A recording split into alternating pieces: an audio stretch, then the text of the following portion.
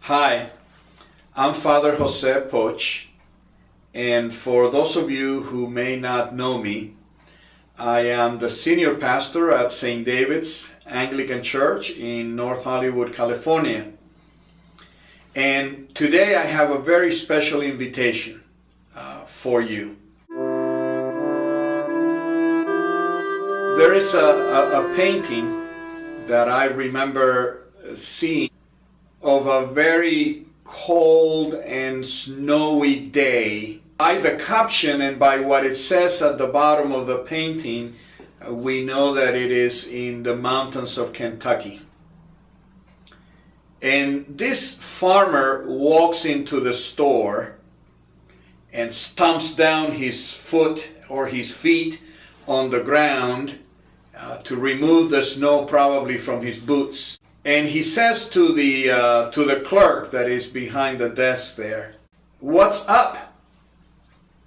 Is there anything new around here?" The clerk responds, "Nope, nothing new around here. Well, I heard that last night down at Tom Lincoln's house, a new baby boy was born, but that's all, nothing important, just another boy."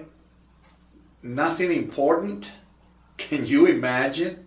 That was the night that Abraham Lincoln was born. Possibly one of the greatest presidents that this country has ever seen. A man that changed in many ways the course of America. Well, I can imagine Emperor Augustus Caesar sitting in Rome and somebody asks him, "So what's going on?" And he says, "Well, all is quiet. They're all under control. Them Jews over there in Jerusalem, no revolts. Everything is good. Nothing new. Nothing of importance." Except that in the little city of Bethlehem, a baby boy was born in a manger that would change not just history, but would change lives, would change eternity. And the world again was never the same because of that one boy that was born in a manger in Bethlehem. I remember a few years ago receiving at home a couple of Christmas cards. Two in particular touched me deeply.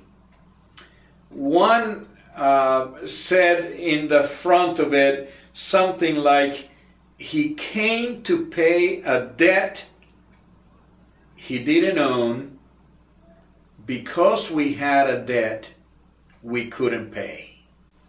And then the other one, which also touched me deeply, said, "If you are looking for an old man with rosy cheeks and a jolly disposition, you go ahead and look to the North Pole. But if you're looking for forgiveness, if you're looking for peace, if you're looking for what true love is all about and life eternal, you must look to the manger." Those two cards just speak so loudly. Christmas, I might say, is the second most important event in the life of Jesus and in the life of the church. And I say the second most important event because salvation was accomplished on Good Friday at the cross. But I don't think we would ever had the cross of Jesus. We would never have the sacrifice. We would never have salvation offered to all of us had he not been born. Had he not come into this world to fulfill his Father's will and been born a complete and total human being, born in a manger, born a little boy. You see, Jesus came into this world to die. In fact, I think it's important that we recognize that the justice of God, he could not just simply forgive, not without the sacrifice of someone paying for the sins of the world. The justice of God could not be ignored. It could not be set aside. It had to be satisfied. And for that very reason, God sends his only begotten Son, his eternal divine Son, comes into the world to take the place of mankind and pay for us those things we could not pay ourselves.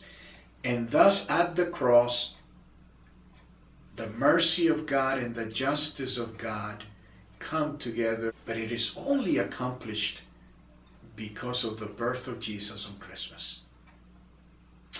The invitation I spoke to you about at the very beginning is an invitation to come and worship. To come and hear again the story of the God who becomes man, so that man can join God forever. I want to invite you to come on Christmas Eve here to St. David's, or perhaps go to a church that is near you. You could be far from us. And I want you to make sure that you worship him, that you exalt him, that you praise him for all that Jesus has accomplished. No, nothing of importance. How can it not be? The most important thing in the world was the birth of Jesus Christ. Worship him.